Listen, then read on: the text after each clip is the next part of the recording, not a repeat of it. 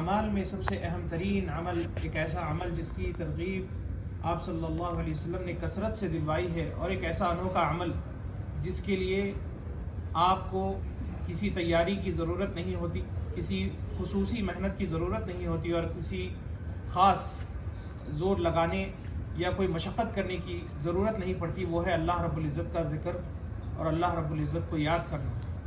اور یہ ایک ایسی عبادت ہے جس کا اجر اللہ رب العزت نے بہت عظیم رکھا ہے، جس کی حقیقت تو یہ ہے کہ بہت معمولی سا عمل ہے۔ اگر آپ کو کہا جائے کہ آپ کو اللہ کو یاد کرنا ہے، اللہ کو ذکر کرنا ہے، اللہ کی کبریائی اور بڑائی بیان کرنا ہے، تو اس میں آپ کو کیا لگتا ہے؟ یہ ہے کہ آپ اپنی زبان سے اللہ رب العزت کا ذکر کریں۔ بہت معمولی عمل ہے، لیکن یہ عمل اتنا معمولی ہونے کے باوجود ہر کسی کو وہ توفیق نہیں ملتی کہ وہ کثرت سے اللہ رب العزت کا ذکر کرے۔ انسان کو چاہیے کہ اپنا حال دیکھ لے کہ اللہ کے ذکر میں اس کا کیا مقام ہے، کیسے اللہ کو یاد کرتا ہے، کتنی کثرت سے اللہ کو یاد کرتا ہے۔ یہ چیز کا خیال انسان کو کرنا ضروری ہے۔ نبی اکرم صلی اللہ علیہ وسلم کی اس فرمان کو غور سے سنیں۔ آپ صلی اللہ علیہ وسلم نے فرمایا، مثل الذی یذکر ربہ والذی لا یذکر ربہ کمثل الحی والمیت۔ اس انسان کی مثال جو اللہ کو کثرت سے یاد کرتا ہو اور وہ انسان جو اللہ کو بالکل بھی یاد نہ کرتا ہو، دونوں کی مثال ایسی ہے جیسے ایک زندہ اور مردہ انسان۔ زندہ اور مردے میں کیا فرق ہوتا ہے؟ زندے میں جان ہوتی ہے، تو ایمانی جان اور ایمانی حرارت کیسے حاصل ہوگی؟ جب انسان اللہ رب العزت کی کثرت سے ذکر کرے، کثرت سے اللہ رب العزت کو یاد رکھے، کثرت سے اللہ رب العزت کا ذکر اس کی زبان پہ ہمیشہ ہو۔ نبی اکرم صلی اللہ علیہ وسلم فرماتے ہیں، لا یزال لسانک رطبا من ذکر اللہ، کہ اپنے زبان پہ اللہ رب العزت کا ذکر تر و تازہ رکھا کرو، کثرت سے اللہ رب العزت کو یاد کیا کرو۔ کچھ لوگوں کی عادت ہوتی ہے، اور یہ بہت بڑی بہترین عادت ہے، کہ اٹھتے بیٹھتے اللہ کو ذکر کرتے ہیں، سبحان اللہ، استغفر اللہ، لا حول ولا قوت الا باللہ، الحمدللہ۔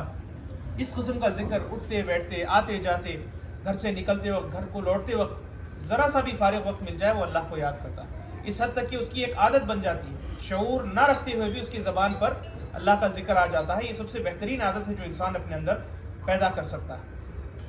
نبی اکرم صلی اللہ علیہ وسلم فرماتے ہیں کہ آپ صلی اللہ علیہ وسلم کسی بھی مجلس میں کم سے کم 70 مرتبہ استغفار کیا کرتے تھے۔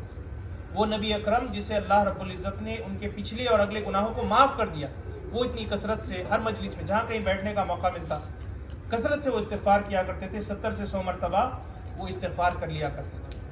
ہمیں کتنی زیادہ ضرورت، ہم سے کتنی گناہیں نہیں ہوتی صبح شام، اور ان گناہوں کی بخشش کروانا ہو، ان گناہوں کو معاف کروانا ہو، تو ہمیں استغفار کرنے کی کثرت سے کرنے کی جو ہے ضرورت ہے۔ اسی طریقے سے نبی اکرم صلی اللہ علیہ وسلم کئی ایک طریقے بتائے ہیں جس سے آپ اللہ رب العزت کو یاد کر سکتے ہیں۔ کچھ ایسی دعائیں ہیں جو مخصوص مقامات پر آپ پڑھتے ہیں، گھر میں آتے وقت کی دعا، گھر سے نکلتے وقت، مسجد میں آپ آئے ہیں اس کی ایک دعا آپ صلی اللہ علیہ وسلم نے سکھائی ہے، مسجد سے نکلتے وقت آپ نے دعا سکھائی ہے۔ یہ دعاؤں کو سیکھنا، یہ بھی جو ہے اللہ کو یاد کرنے کے اندر اس کا شمار ہے، بلکہ اس حد تک کہ آپ صلی اللہ علیہ وسلم نے بیت الخلاء میں داخل ہونے اور خارج ہونے کی بھی دعا ہمیں سکھلائی ہے۔ اتنی عظیم دعائیں ہیں، لیکن افسوس کئی ایک ایسے مسلمان ہمیں پائے جاتے ہیں جو ان دعاؤں کو یاد بھی نہیں کرتے، بلکہ انہیں معلوم بھی نہیں کہ یہاں پہ ایک دعا پڑھی بھی جاتی ہے۔ مسلمان کو چاہیے کہ وہ ان دعاؤں کو سیکھے۔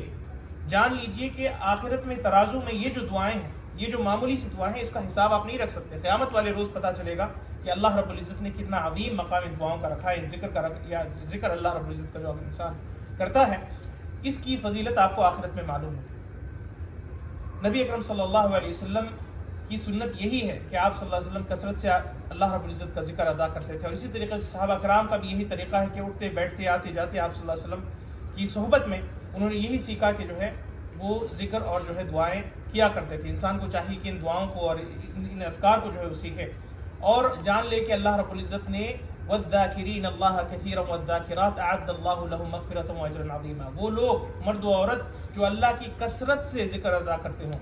والذاکرین اللہ کثیرا، یہ نہیں کہا کہ ذکر جب آپ کو یاد آ گیا تو کریے، کثرت سے ذکر کرنے والوں کے تعلق سے اللہ تعالیٰ اس آیت میں فرما رہا ہے والذاکرین اللہ کثیرا والذاکرات، اللہ تعالیٰ نے کیا ان کے لیے تیار کیا رکھا ہے؟ اعد اللہ لهم مغفرۃ واجرا عظیما، کہ اللہ تعالیٰ نے مغفرت ان کے لیے رکھی ہے، اللہ تعالیٰ کی طرف سے انہیں مغفرت حاصل ہوگی، اور اجر عظیم سے اللہ رب العزت انہیں قیامت میں مالا مال کرے گا۔